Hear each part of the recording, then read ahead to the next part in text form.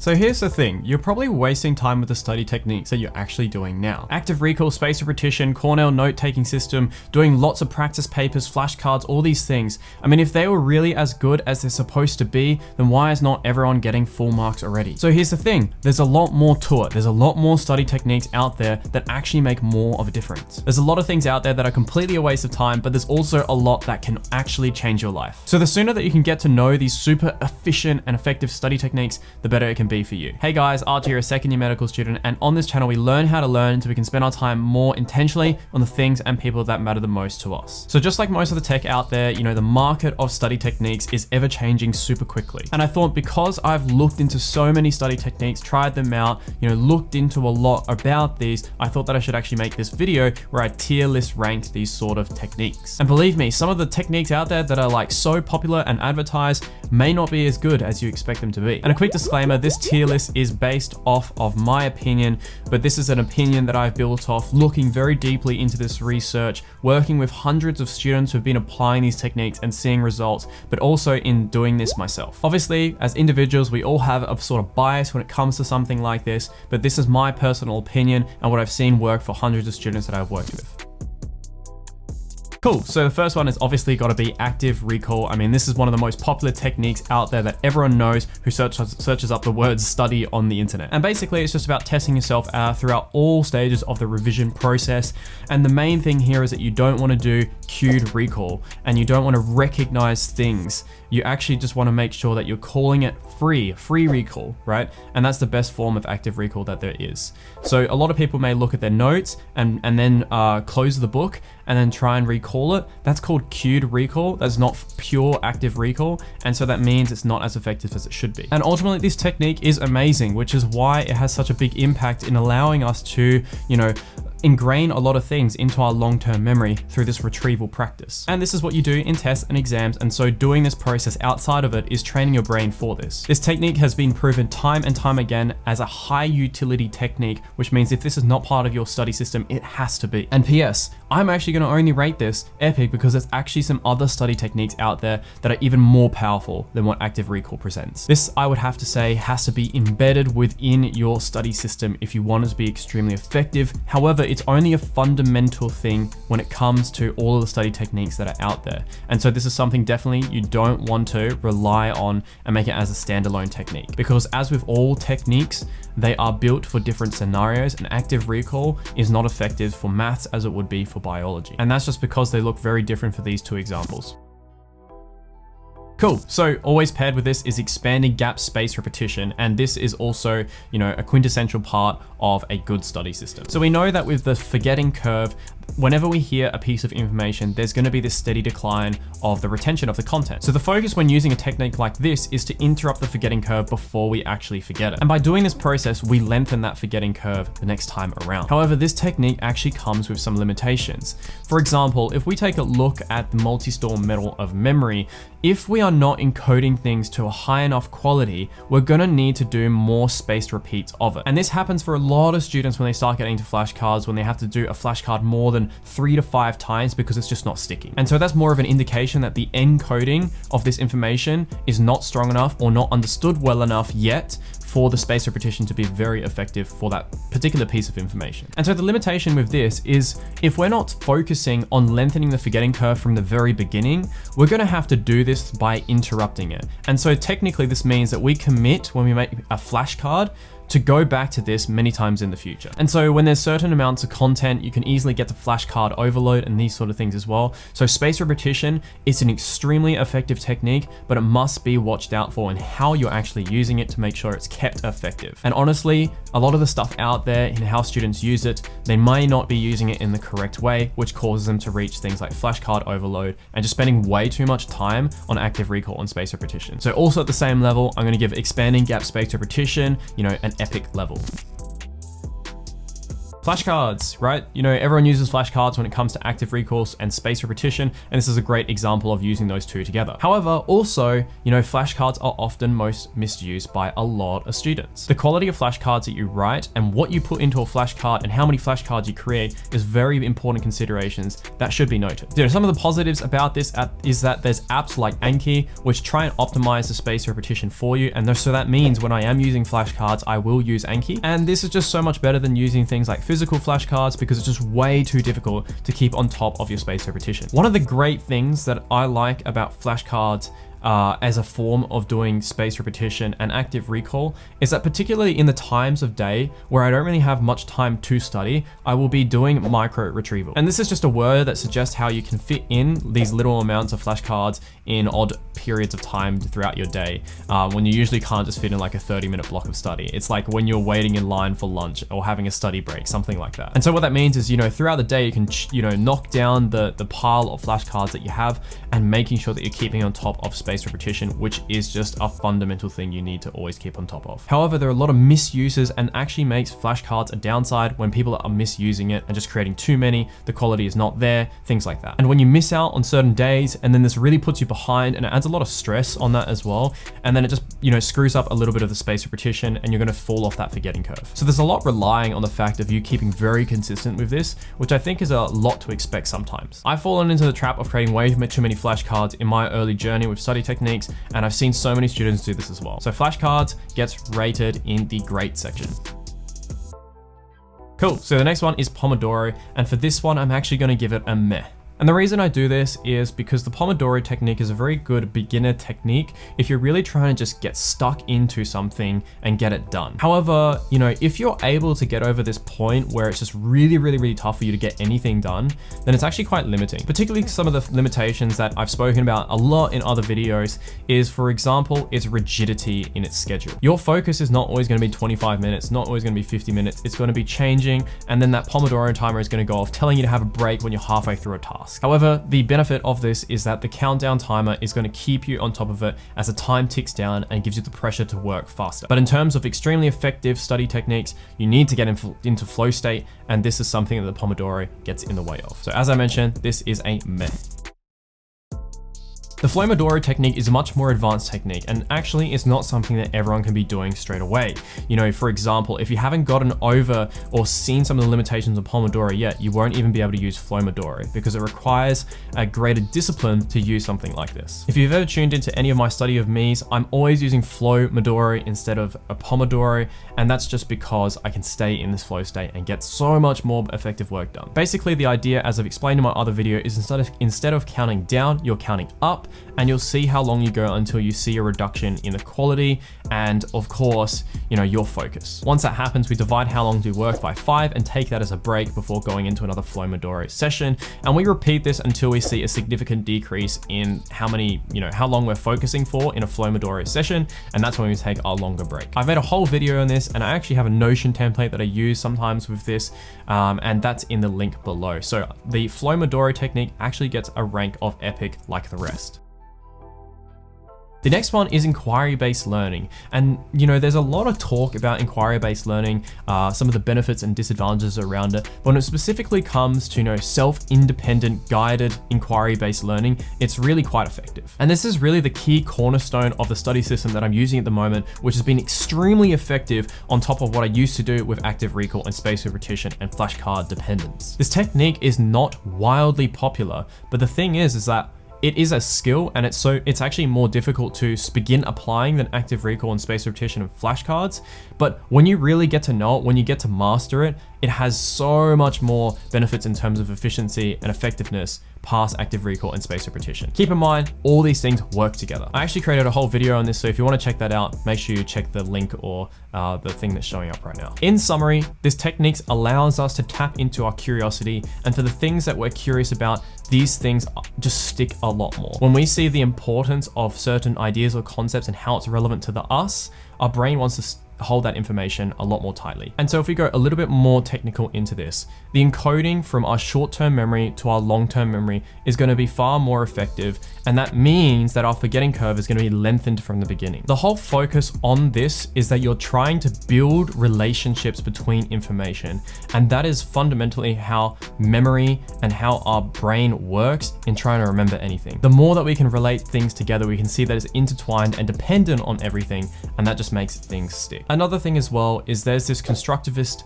learning theory, which basically says that, someone could be teaching us quantum mechanics and saying all the right theory, but it's not going to make sense to us until we can make sense of it in our brain. So this basically says that knowledge is created by the learner themselves. And so inquiry-based learning is also part of that and actually facilitates that, at rapid speed. So inquiry-based learning, I'm actually going to be giving this a legendary just because of how good this actually is. Cool, so the next one is Cornell's note-taking system. This is one that's very popularized as well. It's pretty inefficient, but it's actually a good place to get started with, especially when you're writing very linear notes like headings and dot points in the beginning, the way that we all wrote notes in the beginning. So the reason why Cornell Notes is kind of limited is while it does allow you to process the information a little bit more, create summary, write questions, these sorts of things, it is still linear notes. And so it doesn't prioritize relationships and makes it much harder to actually learn the material. Other things include that Cornell Notes is usually not that visual, and we're not really processing the information deep enough because there's too many words on the page still at that point. One of the benefits of Cornell is it's very easy to take on board straight away, and so that's why it's quite popularized. Another one of my favorites is actually mind mapping, but a more specific version of it, which you probably haven't heard much about or know how to do, which is relational priority mind mapping. Usually when people create mind maps, it's very information based. And what that means is that the content kind of likes to, just go outwards. But the thing is that, in the way that we structure information spatially in our brain, it's a lot more complicated than that. So this isn't quite the best framework to have. Again, with mind maps, our whole focus is about creating these relationships between content. And so that's the difference between this versus a normal mind map. It takes advantage of using both sides of your brain. So we're not just being focusing so much on words, but we're also getting the visual component of our brain involved with spatial arrangement, that sort of thing, which means we get that hemispheric integration, which basically just means that we're using both sides of our brain a lot more than we usually would when we're just writing notes in a verbal format. And because it's more visual, we can actually use a lot more of the beneficial aspects of that side of the brain. So for example, we can start to use things like basic associations, creating images and abstract diagrams for cues for certain pieces of information, which are much more memorable. And the saying that goes, a image is 1,000 words, that is very true. And the way that we process visual information is so much quicker than we do for verbal information, which is why when it comes to these sort of mind maps, they are extremely visual because they are so much more memorable, and you can include so much more information within those visuals. Within this technique involves a lot of chunking as well and inquiry-based learning. And so this is where everything kind of comes together now for the study system that I'm using and that I recommend to all of my students. When you start getting into this sort of area where you're trying to build these relationships between things that may not link up together in the way that you might expect, this is what prepares you for those curveball questions, the questions that you don't expect to pop up in your test and exam. And this is one of the most effective ways for dealing with that, as opposed to just doing past paper questions, which I'll get into in a little bit. This is a difficult technique to master, which is why I'm going to be making a video on this, several videos on this, in fact. And so when mastered, this unlocks a whole complete new world of efficiency when it comes to studying. And that's why this is an epic technique. All right, so another technique that is based off chunking, which is just a principle that's so fundamental when it comes to learning psychology, is structural priming. I've made a whole video on this, but realistically, 1 hour of pre-study can save you, 10 hours of studying later on. Basically, when we pre-study, we're priming our brain to hear this information and put it all together. And so this is a form of mental scaffolding with the material. This increases our curiosity, which also helps with inquiry-based learning to make these things stick. I have a whole video explaining this in a lot more detail, but kind of what I like to say about this is it's like a priming layer of paint. When you put that priming layer on, when you actually put the colored layer of paint on, it's gonna stick so much better. And the research on this is so extremely strong in terms of priming within learning psychology. So When used correctly, this makes a huge difference. When people tell me that they're looking at content before they go into class for the first time, they're most often not doing effective pre-study, which is why they think that it's a useless technique. And that's just because they're doing it wrong and they haven't actually gotten it just yet. So structural priming, semantic priming, associative priming, all these sort of things get legendary. This one's more of a basic one, but this is teaching and this is straight up just going to be a legendary one. However, the forms of teaching, there's a lot out there in terms of like Feynman technique. If you're teaching someone who is in your grade, teaching to someone who's, trying to get a better picture of it, or like they just want a big picture or like really specific details on it. The way in which you're teaching and who you're teaching to makes a lot of the difference. And this just requires a lot more of a demand of the knowledge and putting it in unfamiliar scenarios, which is why when it comes to the relational priority mind mapping, that helps with a lot of that. So it's a very effective revision technique. However, a lot of people can't even fit this in because they're just studying too much and trying to understand the material in the first place. And that's just taking up too much time in general. So for the more effective revision techniques out there, we only really have time for that if we've covered things earlier in the system that mean that we don't have to revise as much. So yeah, teaching is legendary, but I actually have one that is even more effective, which I'll mention in a sec, which is whole part whole.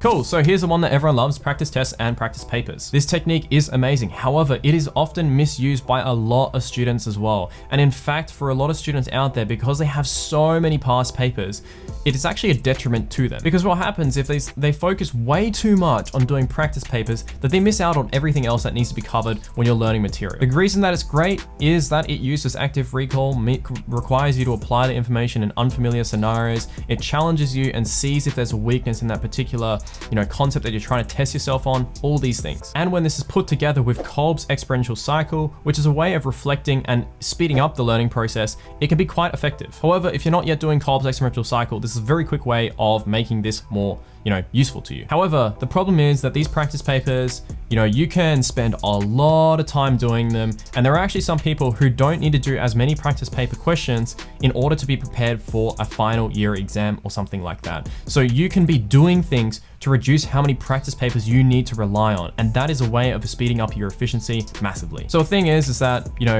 you get really conditioned with some of the questions in these exams for the easy, medium, and hard questions, but for the ones that are supposed to differentiate the top achievers, doing as many practice paper questions as you want isn't gonna really make much of a difference there. Because at this point, all the high achievers know all this stuff, and so these curveball questions, you can't really get prepared that much by doing lots of practice paper questions. The point of and the definition of a curveball question is that you've never seen it before. So by doing these past paper questions, you're kind of depending on luck to just hope that you've landed on questions that are similar enough and useful enough for you to deal with that curveball question that pops up in your exam. So there are much more better things out there for dealing with the curveball questions. And in fact, if you learnt the content better in the beginning with other techniques that we've mentioned, you wouldn't even need to do as many practice questions. So this gets a rank of epic, but please take into consideration how you can make this technique more effective.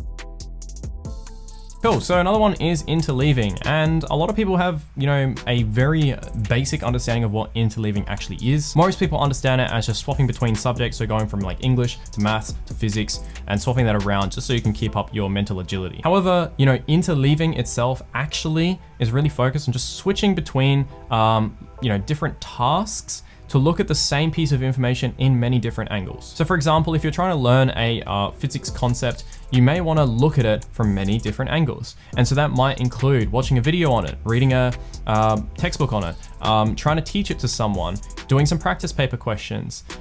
By doing as many different forms of interleaving, that will make it much easier to remember the content. And it will also better prepare you for those curveball questions because you've looked at it in unfamiliar ways and different ways. So in theory, there is an immense amount of research supporting this, so there's no reason not to use this, and that is why this gets an epic rank. Making notes. This is probably one of the most traditional and most common study techniques that are out there in the world. And I'm talking about the headings, dot points, anything that's on Studygram, all that sort of stuff. There's no surprise that this is a waste of time. And this is just, a sad thing that happens because, we were never really taught how to study. Now, there are a lot of different ways you can take notes. And again, if we're looking at things, comparing these things relatively to each other, making notes is just extremely ineffective and inefficient compared to these other things that we're discussing. And it's been said so many times that, doing this is a more passive way of learning, but despite this, some people still go and try and type their notes, thinking that this is more efficient, and all it really means is you're just writing a lot of words, but you're actually not getting that much learning because, the research is pretty clear on this as well, that you're just not processing the information enough within your brain. And a lot of these students have to actually go ahead and reread and review these notes at a later time. And in fact, some people can't even get through all of their notes because they've just written too many, which is why it's an unreliable technique. Rereading notes and highlights, this is just, a complete waste of time. I mean, the research on this for many, many years now has been very conclusive on it, that it's just low utility and you shouldn't waste your time on it. Rote learning. Okay, so now I actually think that rote learning has a place and is important for some specific aspects. So for example, if I have to remember that blood glucose levels vary between 75 and 95 milligrams per deciliter, that is a fact that I just need to remember. There's not much understanding or little tricks that I can play around with that as opposed to just putting this into Anki, a flashcard, and just repeating it to myself. However, many people rely on rote learning too much. In fact, even those who have been exposed to active recall and spaced repetition are still relying on rote learning more than they think. And honestly, in terms of the subjects out there, maybe only 5% of the content should only be rote learned. And those who use this as their major technique will really learn, what they've been presented very well, but this won't be translated well into an exam assessment or something like that because you have to have command over the knowledge. Simply because you've rote learned something doesn't mean you understand it. And of course, for medicine, there is a degree of rote learning that I have to do, but this is when I usually push this aside to Anki flashcards. And honestly, that's all I use Anki flashcards for. Rote learning when I need to. There are much more effective things that I've spoken about in terms of mind mapping, inquiry-based learning, priming, these sort of things that make me remember the content in a much more effective way so that I don't even need to think about flashcards. However, there is a time and place and not everyone has quite got this yet. So rote learning is a meh. Cool, so Kolb's exponential cycle, I talk about this a lot on this YouTube channel. It's less of a study technique, but more of a learning model about how we learn things. And it can be applied to literally anything that you're learning, whether it be knowledge or skills, literally in life. So I have a whole video talking about this, but the idea is that you have an experience, you have a reflection, you have extraction, and then you have experimentation. And everyone thinks that they do reflection really, really well, but there's often a lot of cases that we can improve on this. And most people actually miss out completely just on abstraction as well. So reflecting, on what you've done, what was good, what was bad, and abstraction is like now knowing what you know, what are you going to change and how do you know that's going to be something that's going to be beneficial for you in the next time that you experiment the technique and create that experience. Even using this in how you're learning study techniques is very beneficial. Okay, so the next one is pretty technical, and this is something that is really not talked a lot about. This is called cognitive load optimization. So this topic is huge and actually expands way past the scope of this video, but cognitive load theory is a kind of new theory out there talking about how our brain is put under, the pump when we're learning certain pieces of information. It basically talks about the brain power that is required to learn something. And, when we're trying to optimize this can mean how much we're taking in at a certain point in time. This is the reason that some techniques are more passive than others, and other ones like active recall, they're more active, but there are things that are even more active than that. For example, trying to find those relationships, trying to do the chunking, the mind mapping, this stuff is really going to put you under the pump. And that's why passive learning like highlighting and rereading, these are really easy things, low cognitive load, and they don't make any difference at all. So the basics of this theory is that there is, the intrinsic load, extraneous load, and germane load. So the intrinsic load is the load that's put onto your brain that is inherent with what you're learning.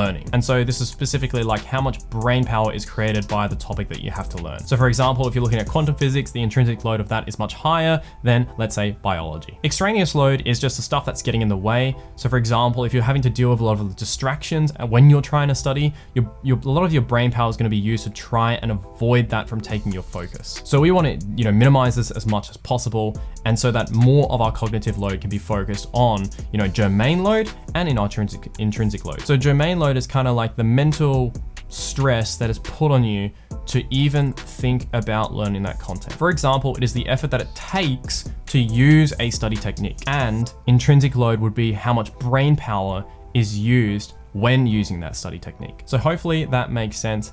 And so with germane load, we want to keep it at an optimal level. We want to keep it balanced, not too low, not too high. If we put it too low, then we're just not really going to be taking much in. And if we put it too high, we're going to stress ourselves out. And so overall, as you become a more self-dependent learner it's about increasing your capacity to deal with higher amounts of cognitive load. And so this is a process that takes quite a bit of time, and when you get onto the train of study techniques. There's no way that you're gonna be able to do relational priority mind mapping and things and chunking and all that sort of stuff if you haven't yet mastered inquiry-based learning, because it's gonna be far too much cognitive load for you to deal with. So we build up this like a muscle. And so modulating your cognitive load and seeing where it's at and being aware of that is an extremely complicated skill. So this is something that goes up as legendary if you can get up to this point. Next one is elaborative rehearsal. So it's a much more effective way to memorize information and code it into a long-term memory. The main difference between this and maintenance rehearsal is that this is far more active, and basically we're trying to, relate the information that we already know to the things that we're learning now. And this leads on to a thing called a snowball effect, where the more that you know, the easier it is to learn things, which I'm sure everyone has experienced. So this one's a pretty easy one. It goes in the epic category. Cool, so another one that I wanted to mention is whole part whole, which is mostly used for skill acquisition and development, but in fact, it's been quite effective for when you're trying to learn knowledge. This works in tandem with, inquiry-based learning, with your relational priority mind mapping. The main idea is this. This is a form of teaching that you can use, and what it really means is that you're gonna try and always focus on the big picture, how this sort of stuff works, and when you're explaining the importance of these things, you'll see why there is a certain solution that exists for this problem. So let me give an example. We might start off by explaining, the importance of protein synthesis. So we need to start off really big picture, and we may say something like, proteins are a very important aspect of how our body is able to keep up its homeostasis. And this is through biochemical reactions, which proteins can often help out with in the form of enzymes. However, we also have proteins for many other functions, yada, yada, yada. Then we can focus on some of the specifics. So for example, to create an enzyme, well, we actually need to look into what's involved to create this. And so there's many types of enzymes out there. And so the way that we code for this is through the genetic code, which is kept in the DNA. But now we kind of go into a little bit more of the specifics and explain how there's a problem here, and then why there's a certain solution. So obviously the problem that we're outlining is that, we've got DNA, and this somehow needs to turn into a protein. So, we can't just take the DNA outside of the nucleus because we only have one copy of it. And we don't want to tamper it. So, this provides the opportunity for something like mRNA to bridge this gap. So the main gist of it, anyway, I'm gonna have a whole video explaining this, is that you wanna go big picture, explain the importance, explain the problems, go small picture, explain the solutions to these problems and the specifics, and then again, bring it back to the bigger picture and move on. And this is a repetitive process. We go whole part, whole part, whole part, whole. And there you go. This is quite difficult. It's very hard to get your head around it in the beginning because you're gonna focus way too much on just giving out information and giving out information as opposed to always looking at it from this problem solution framework. A lot of people think that they've got it pretty early on. And if you find that whole part whole is easy, well, then you're doing it wrong. It's actually a really, really difficult technique. And it's because you have to always focus on why was it important and why was there a need for this to be there, instead of just talking about all the information. You always need to present a reason first why this thing exists before mentioning it. All right, so if you guys found this useful at all, let me know if you want to see a more specific video on any of these, and I'll make sure to do that. But until then, make sure to check out the videos that I do have on some of these techniques to get a kickstart on your study journey. If you want to see how my study techniques and study systems have changed over the past few years, make sure to check out the video that's showing up here. All right, thanks guys for watching, and I'll see you guys in the next one. Bye-bye.